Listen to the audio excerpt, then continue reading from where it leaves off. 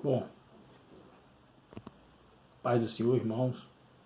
Mais uma vez estamos aqui no canal Teologia em Família e hoje vamos meditar no texto de Mateus, capítulo de número 19. Vamos ler o texto 19:1 a seguir e vamos destacar aqui um trecho em especial. E aconteceu que, e eu estou lendo aqui a Almeida Revista e Corrigida. E aconteceu que, concluindo Jesus esse discurso, saiu da Galiléia e dirigiu-se aos confins da Judéia, além do Jordão. E seguiu muita gente e curou-os ali. Então chegaram ao pé dele os fariseus, tentando e dizendo-lhe: é lícito ao homem repudiar sua mulher por qualquer motivo? Ele, porém, respondendo, disse-lhes: não tendes lido que, no princípio, o Criador fez macho e fêmea? E disse: portanto, deixará o homem pai e mãe, e se unirá à sua mulher, e serão dois uma só carne? Assim não são mais dois, mas uma só carne. Portanto, o que Deus ajuntou, não separe o homem. Disseram-lhe eles: então, por que mandou Moisés dar-lhe carta de divórcio e repudiá-la? Disse-lhe ele: Moisés, por causa da dureza do vosso coração, vos permitiu repudiar a vossa mulher, mas ao princípio não foi assim. Eu vos digo, aqui agora Jesus está dizendo, eu vos digo, versículo de número 9, lego de mim, eu digo a vós, porém, que qualquer que repudiar sua mulher, não sendo por causa de prostituição, e casar com outra, comete adultério. E o que casar com a repudiada, também comete adultério. Bom, o texto em apreço, capítulo 19, trata da questão do casamento e do divórcio. E a pergunta é: há possibilidade, segundo as Escrituras, de um divórcio por qualquer motivo? Ou seja, a mulher está mais gorda, a mulher está mais magra, está ficando velho, faltou emprego, ou coisas do gênero, que hoje levam os casais, faltou amor, que hoje levam os casais a se divorciarem. Será que isso, segundo as Escrituras, é permissão para que haja a quebra da aliança chamada casamento? Bom, isso não foi tema de discussão levantado nos dias atuais. Não, isso não é tema de discussão do século 21. Não, isso é um tema de discussão antigo, que chegou até o nosso mestre Jesus. A Bíblia diz que Jesus estava discutindo, discorrendo, ensinando e ao mesmo tempo curando nos confins da Judéia, lá além do Jordão. E quando ele está lá, ele foi questionado. E o que disseram para ele? Então chegaram ao pé dele os fariseus, tentando e dizendo: é lícito o homem repudiar sua mulher por qualquer motivo? Bom, a pergunta é: eu tenho uma esposa, Jesus. Eu posso dar carta de divórcio a ela por qualquer motivo? Eu posso deixá-la por qualquer motivo? Então ele estava perguntando para Jesus se havia possibilidade da quebra da aliança do casamento por qualquer motivo. Jesus lhe responde que no princípio não havia esse tipo de comportamento. É interessante, por quê? Porque no princípio Deus faz macho e fêmea, um homem e uma mulher. Aquela aliança, ela não poderia ser desfeita porque não haveria uma outra mulher para Adão, nem um outro homem para Eva. Então havia no princípio a perfeição de um casamento num ambiente em que era impossível haver uma quebra da aliança e uma nova aliança. Então, no princípio, Deus faz macho e fêmea e um justamente para o outro. De modo que o homem deixa o pai e sua mãe, unir-se à sua esposa e tornarão os dois uma só carne. Não mais duas, mas uma carne.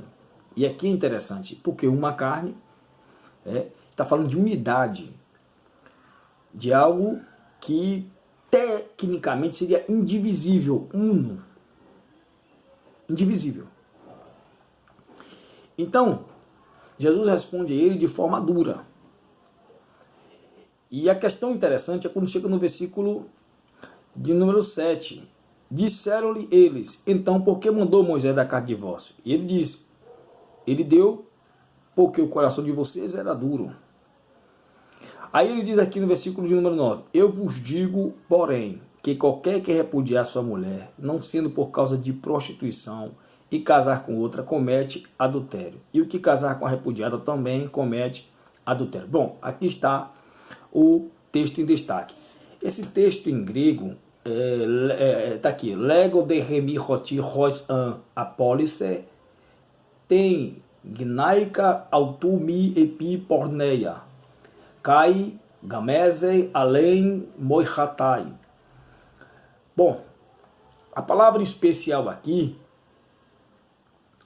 que eu queria destacar é a palavra moihatai, que vem da palavra moireia. A palavra moihatai aqui na nossa tradução foi traduzida da seguinte forma: que casar com outra comete adultério. A palavra comete adultério, moihatai, traz uma ideia aqui para muitos de uma ação pontual, ou seja, algo pontual que acontece uma única vez e é um estado único, né? Um estado contínuo.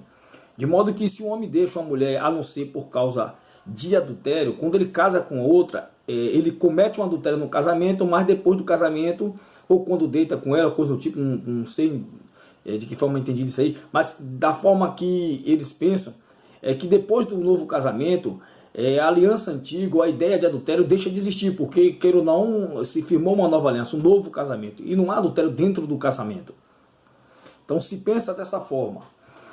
Casou, então não está mais vivendo em adultério. Bom, mas o interessante aqui é que o texto, ele não está falando de uma ação pontual. Bom, moihatai, esse termo grego, ele está aqui no tempo presente, no modo indicativo. Moihatai, tempo presente, o modo indicativo.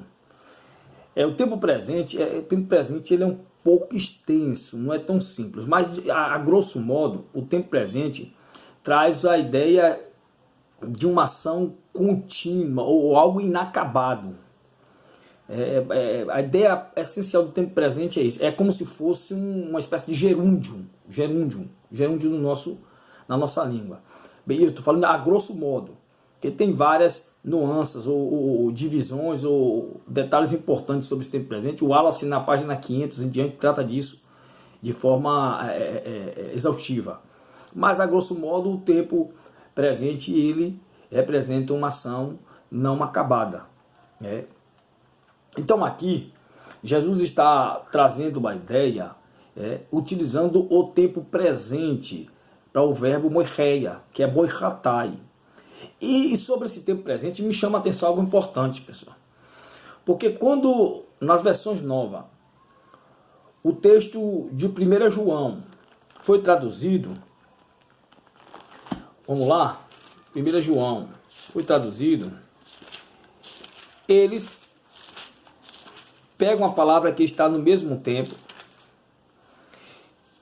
diz assim: sabemos que todo aquele que é nascido de Deus não peca.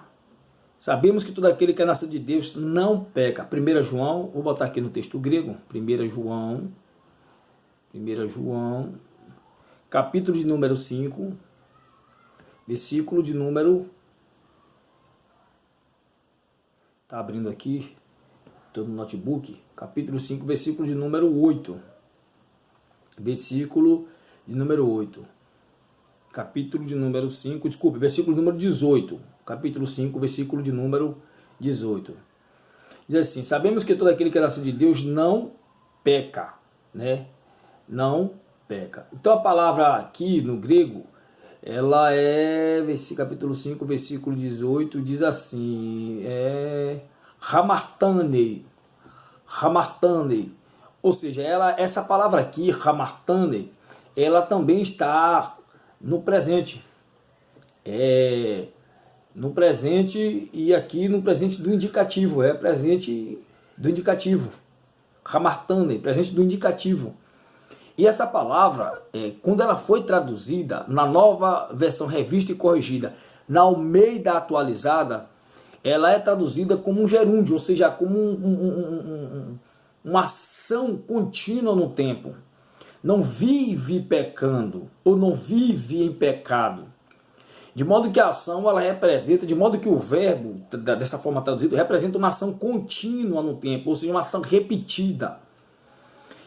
Então, quando é traduzido esse verbo deste modo, aqui em 1 João, capítulo 5, versículo 18, nos traz uma ideia não de uma ação pontual, mas de uma ação que se repete, ou que ela é contínua dentro do tempo. Da mesma sorte que este verbo é presente, o verbo presente, está no modo indicativo. O verbo lá em Mateus, ele também é um verbo presente no modo indicativo. Então nós poderíamos traduzir aqui tranquilamente como foi feito na revista atualizada, na revista corrigida, dessa seguinte forma: eu vos digo, porém, que qualquer que repudiar essa mulher, não sendo por causa de prostituição, e casar com outra, vive em adultério. E o que casar com a repudiada também vive em adultério. Porque o modus que foi utilizado para traduzir o texto de 1 João é o mesmo que deveria ser utilizado aqui.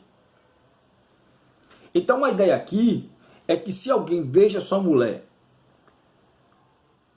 e casa com outra mulher sem ser por adultério ou relação sexual ilícita, esta pessoa que casou com a outra pessoa está vivendo em adultério, ou seja, está continuamente vivendo na prática do adultério, no pecado. É isso que Jesus está querendo falar aqui. E isso é pesado. Observe o que acontece posteriormente. Isso é pesado. Por quê? Porque, versículo 10, disseram os seus discípulos, não os fariseus, mas os discípulos de Jesus: se assim é a condição do homem relativamente à mulher, não convém casar. Opa! Se o homem não pode deixar a mulher e não casar com outra, então dessa forma não convém casar. Isso por quê? Porque o que Jesus falou é pesado. Aí disse, versículo 11, ele porém lhe disse, nem todos podem receber essa palavra, mas só aqueles a quem foi concedido. Isso aqui é grandioso. Antes de fechar com isso aqui, deixa eu falar uma coisa. Existem dois grandes motivos para que o divórcio e o segundo casamento sem prostituição seja nulo e pecaminoso diante de Deus. O primeiro motivo é que as Escrituras estão afirmando de forma categórica o verbo no tempo em que é colocado, porque o verbo presente, para quem conhece de grego sabe, o verbo presente indica uma ação contínua, inacabada, ou seja, não é algo pontual. Então, existe, beleza, não, tem situações em que tem esse aspecto, mas para quem está escrevendo, mas nesse caso aqui Jesus está narrando, é diferente. Uma ação, não está escrevendo um fato, está narrando uma ação. Então, aqui é um presente, né? O presente tem uma ideia linear. Então, o primeiro motivo é que se essa pessoa se separa da esposa, do esposo, sem ser em caso de adultério, está vivendo em pecado. E quem vive em pecado não vai herdar o reino de Deus. E segundo, para provar que a situação aqui era grave, é que a lei de Moisés dizia que quem comete adultério, não precisa viver adultério não, quem comete adultério tem que ser apedrejado. E quando Jesus disse que se ele largar a esposa, casar com outra, comete adultério, Jesus está dizendo o seguinte, olha, se você largar sua esposa, a não ser por causa de adultério, e casar com outra, você pecou, cometeu adultério, ou seja, se você casa com outra, você tem que ser apedrejado e morrer. Ou seja, não vai ser consumado o segundo casamento. Entende?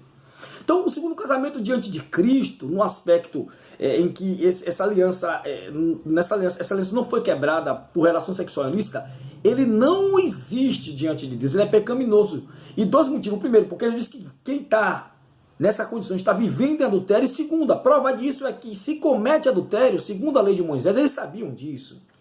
Quando Jesus disse que se casar comete adultério, eles sabiam que se comete adultério tem que ser apedrejado e morrer. Ou seja, é impossível casar novamente. É isso que Jesus está falando. É por isso que ele diz, se é assim a condição do homem relativa à mulher, não convém casar. Não convém, porque se eu caso, não gostei, vou largar, vou casar com outra, eu vou estar pecando e ter que ser apedrejado e morrer, então eu prefiro ficar sem casar. Para não correr o risco de morrer no segundo casamento. Simples, é isso que está aqui. Mas olha que coisa interessante. Isso aqui não é para todos. Olha o que Jesus disse. Ele, porém, lhes disse, nem todos podem receber esta palavra, mas só aqueles a quem foi concedido isto. Ele disse, porque eunucos que nasceram do ventre da mãe, e eunucos que foram castrados pelos homens, e eunucos que se castraram a si mesmos por causa do reino dos céus. Quem pode receber isso, que receba. Jesus está falando sobre isso aqui. Sabe o que Jesus está falando aqui? E eu entendo hoje porque muitas pessoas não recebem essa palavra e não aceitam. Porque Jesus disse que isso não é para todos. Ah, largou a mulher, está no segundo casamento, no terceiro casamento. Mas sabe por quê? Porque a Bíblia diz que só aceita essa palavra aqueles que fazem parte do reino dos céus. Meu amigo, se você não se convence disso, cuidado, você está caminhando para fora do reino dos céus. Porque só vai até o fim quem está dentro do reino. Jesus disse, nem todos podem receber essas palavras, mas só aqueles a quem foi concedido. Então, suportar as aflições do casamento, as dores, as lutas, as desavenças, as diferenças, só aqueles que têm no seu coração o amor pela palavra e pelo mandamento divino. Então hoje eu entendo que só vai até o fim quem lhe foi concedido. Aqueles que resolveram até mesmo se castrar. A ideia aqui é de viver só, se esse for o caso, pelo reino dos céus. Amém? Que Deus continue abençoando a vocês.